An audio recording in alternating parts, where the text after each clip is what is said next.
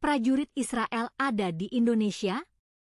Klarifikasi menohok Ustadz Felix Siau.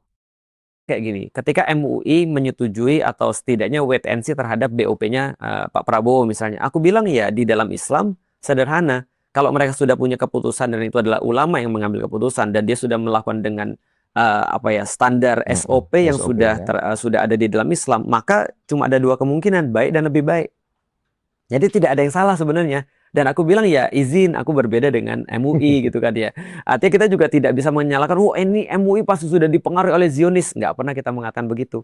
Bahkan juga aku tidak pernah mengatakan, oh ini Pak Prabowo Zionis. Nggak pernah juga aku mengatakan begitu. Tapi kalau misalnya Pak Prabowo pun memutuskan misalnya dia mau tetap di WOP, ya terus kita bisa apa? Kan nggak bisa kan? Iya. Nah apakah itu membuatku untuk mencaci maki? Tidak boleh.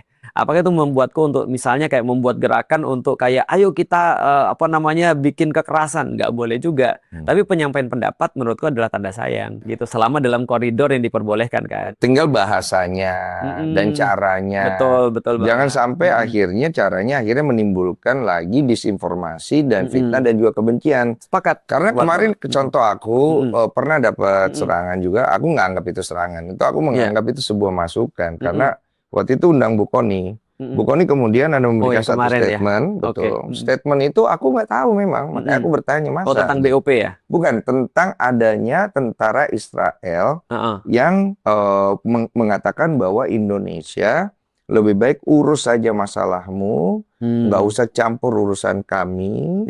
Sudah ada orang kami di Indonesia, intinya begitu.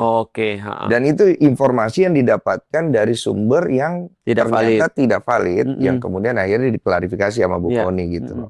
Kemudian orang-orang nyerangnya ke saya. Iya. Dan Bu Kony pastinya. Terus saya